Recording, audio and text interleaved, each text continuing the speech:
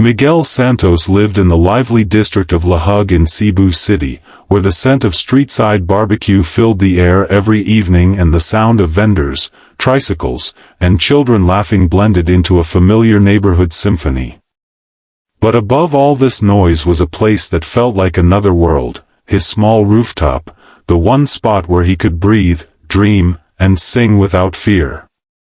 The rooftop wasn't special to anyone else.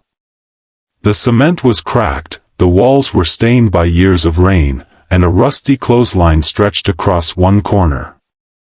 An old plastic chair sat near the edge, along with a broken water container that Miguel often used as a small table. But to him, that rooftop was his stage, his secret home of courage. The place where he wasn't shy, where no one could judge him, where his voice could rise as high as the stars that watched silently above Cebu. Every night after dinner, Miguel climbed the old metal ladder that groaned under his weight. When he reached the top, the cool evening breeze embraced him, carrying the scent of the ocean mixed with the faint smell of charcoal grills from the streets below. The city lights sparkled like distant fireflies, and the sky above was sprinkled with stars, giving him the feeling that he wasn't alone. He pulled out his small Bluetooth speaker, one of his most valued possessions, and placed it gently on the chair. He opened his phone and selected the same song he always started with, Elvis Presley's "Can't Help Falling in Love." The first notes echoed softly across the rooftop, blending with the night. Miguel closed his eyes. Then he sang. His voice carried a gentle warmth, a rich tone that felt both classic and fresh. It had a slight rasp, the kind that made every word feel emotional, as if he were telling a story in every line. Singing Elvis wasn't just mimicry for him, it was like speaking to someone who understood his dreams, his fears, and the quiet hope he carried in his chest. The music let him express everything he couldn't say in real life. At first, no one noticed the mysterious voice drifting through the neighborhood. But after several nights, more people started listening. A mother putting her baby to sleep paused at the window and whispered, "Who is that singing?" Teenagers walking home from basketball practice slowed down, looking up at the rooftops to find the hidden performer. A sorry store owner leaned against her counter during quiet hours, letting the soothing voice accompany her as she counted coins. Miguel didn't know any of this. He thought the night wind swallowed his voice before it could reach anyone. Sometimes he heard soft clapping from somewhere far below, but he always assumed it was something else, a TV, a passing group of friends, or maybe he had imagined it. Tonight, however, something different happened. As Miguel reached the final lines of "Love Me Tender," he heard familiar footsteps on the ladder. He turned and saw his Lolo emerging from the opening, holding a small flashlight and wearing a gentle smile. His Lolo had always known about his rooftop singing, though Miguel had never admitted it. Without saying a word, Lolo handed him an old photo, a black and white picture of Elvis performing on stage. Miguel looked at it carefully, then looked at his grandfather. "You have a gift, hijo," Lolo said quietly. "A rare one. Don't keep it hidden your whole life." Miguel hesitated, swallowing the lump in his throat. "I'm scared, Lo. What if I'm not good enough? What if I fail?" Lolo placed a comforting hand on his shoulder. "Failure isn't singing in front of people," he said. "Failure is never trying. Your voice deserves to be heard." Miguel looked out at the glowing city, feeling an unfamiliar strength rising inside him. For the first time, the dream he kept locked in his heart felt possible. He imagined a real stage, bright lights, a huge audience, and Simon Cowell sitting at the judge's table, waiting to be surprised. He didn't know it yet, but this rooftop would soon lead him to a stage far bigger than Cebu, one that would change his life forever. The sun had barely risen when Miguel stepped off the bus in Manila, clutching his backpack strap so tightly his knuckles turned white. The long overnight trip from Cebu had left him exhausted, but excitement and nervousness washed away any hint of sleepiness. Manila felt bigger, louder, and faster than anything he'd ever seen, jeepneys rushing past, vendors shouting, skyscrapers towering above him like giants watching a new visitor. He had traveled all this way for one reason: the live auditions for America's Got Talent at the Mall of Asia Arena. His Lolo's words echoed in his mind with every step he took toward the venue: "Your voice deserves to be heard." He repeated the phrase silently, almost like a prayer. The arena entrance was packed. Hundreds of hopeful contestants stood in line, some with guitars, some in glittery outfits, some practicing dance moves, and others muttering lyrics under their breath. Miguel stood quietly among them, wearing simple jeans, a white shirt, and his old sneakers. He felt out of place, like a dreamer who had wandered onto a battlefield. As he waited, he kept wiping his palms against his jeans.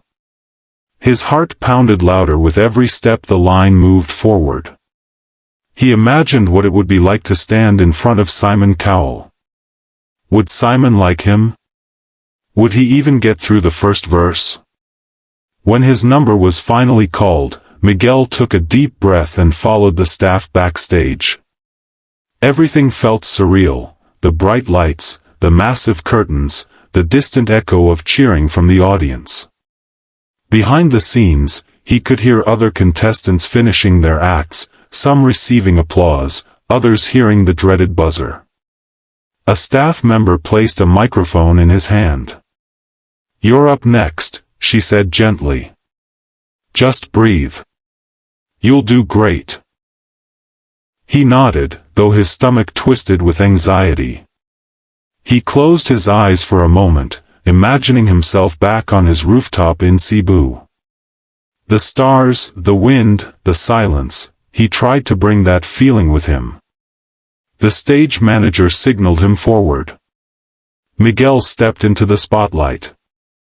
The crowd was huge, thousands of faces, cameras flashing, people whispering. He swallowed hard. The judges' table came into focus: Howie Mandel smiling politely, Heidi Klum waving playfully, Sofia Vergara watching with interest, and Simon Cowell, leaning back, studying him with a blank expression that made Miguel's legs wobble. "What's your name?" Simon asked. Miguel Santos, from Cebu, Philippines, he replied softly. A few audience members cheered when they heard Cebu. Miguel smiled nervously. "What will you be doing for us today?" Simon continued. I'll be singing an Elvis Presley song," Miguel answered. Simon raised a brow, half skeptical, half intrigued. "Elvis? That's a big choice." Miguel nodded, gripping the microphone. "He's my inspiration." A moment of silence passed. Then the music began. The first chords of "Can't Help Falling in Love" filled the arena. But Miguel was no longer on a stage. In his mind, he was on his rooftop again, under the stars, with Cebu beneath him. He took his first breath and began to sing. The audience fell silent instantly. Miguel's voice wasn't loud, but it was full, rich, soulful, and hauntingly beautiful. His tone carried a deep sincerity that made even the farthest rows lean forward. The rasp in his voice gave each lyric a nostalgic warmth, as if Elvis's spirit lived inside him. Simon's expression changed. His eyebrows lowered, his eyes narrowed, and he leaned closer to the table. It was the look audiences knew well, the look he only gave when something truly extraordinary unfolded. Miguel continued, pouring every emotion into the song: the struggles of Cebu life, the nights spent dreaming, the fear, the hope. By the final note, the arena held its breath. Then the entire place erupted. Cheer after cheer, applause shaking the floor, people standing, shouting his name. Miguel froze in disbelief. Simon slowly stood up, clapping with a half-smile that grew wider by the second. "Miguel," he said, "that was absolutely unbelievable." Miguel's heart swelled. This was only the beginning. Miguel stood on the AGT stage, still breathless from the applause that had shaken the arena after his audition song. His heart was pounding so fast it felt like it might burst. The lights above him were blinding, turning the whole world into a shimmering blur of gold and white. He couldn't believe what just happened. People were standing, cheering, shouting his name as if he had already become a star. But everything grew quiet again when Simon Cowell leaned toward his microphone. "Miguel," Simon said, voice steady but emotional, "I didn't expect that." "Not at all." A soft murmur rippled through the audience. Simon continued, "You walked out here like you weren't sure if you belonged. But the moment you sang, you owned this stage." Miguel felt his eyes burn with tears.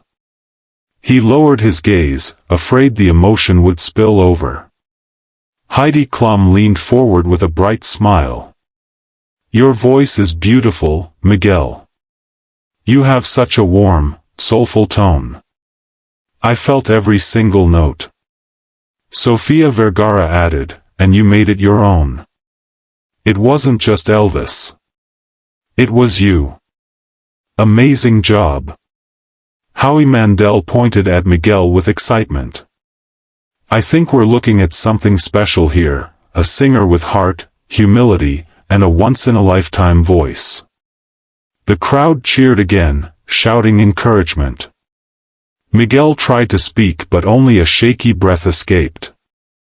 Thank you so much," he whispered, voice breaking.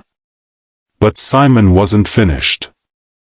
"You know," Simon said, leaning closer, "I've heard many Elvis covers in my life. Most of them sound like impressions. But you sing with soul. With honesty. You made me feel like Elvis himself would stand up and applaud you." Gasps filled the arena. Miguel pressed his hand against his chest, overwhelmed. Tears spilled freely now, but he didn't care. Simon looked at the other judges, then back at Miguel. "And that," he said softly, "deserves something very special." Miguel blinked, confused, until Simon slowly stood up. The audience screamed, already knowing what was coming. Heidi covered her mouth. Sophia clapped excitedly. Miguel froze completely, his whole world shrinking into slow motion. Simon placed both hands on the bright golden buzzer. For one heartbeat, everything went silent. Then he pushed it. The buzzer exploded with light. Music blasted through the arena. Golden confetti shot into the air, swirling and raining down like a storm of shining stars. The crowd erupted into the loudest cheers Miguel had ever heard in his life. It felt like the entire world was celebrating him. Miguel fell to his knees, unable to hold himself up. He covered his face with both hands, crying uncontrollably. All the nights on his rooftop in Cebu, all the fear, all the doubt, everything came crashing together in this single moment of triumph. Stage assistants rushed forward, cheering for him. The judges stood clapping. The camera zoomed in on his tear-streaked face as the confetti covered his hair and shoulders like golden blessings. Simon walked onto the stage, smiling warmly, something he rarely did. He placed a hand on Miguel's back. "You're incredible," he said. "Don't ever doubt that again." Miguel looked up, eyes shining. Thank you, sir. This is my dream." Simon nodded. You earned it. As the confetti continued to fall, Miguel slowly stood, lifting his hands to the sky, letting the golden pieces stick to his skin. He imagined his Lolo watching from Cebu, smiling proudly. He imagined the rooftop where it all began. He imagined every star he used to sing under, and now, he felt like he had become one of them. This was his moment.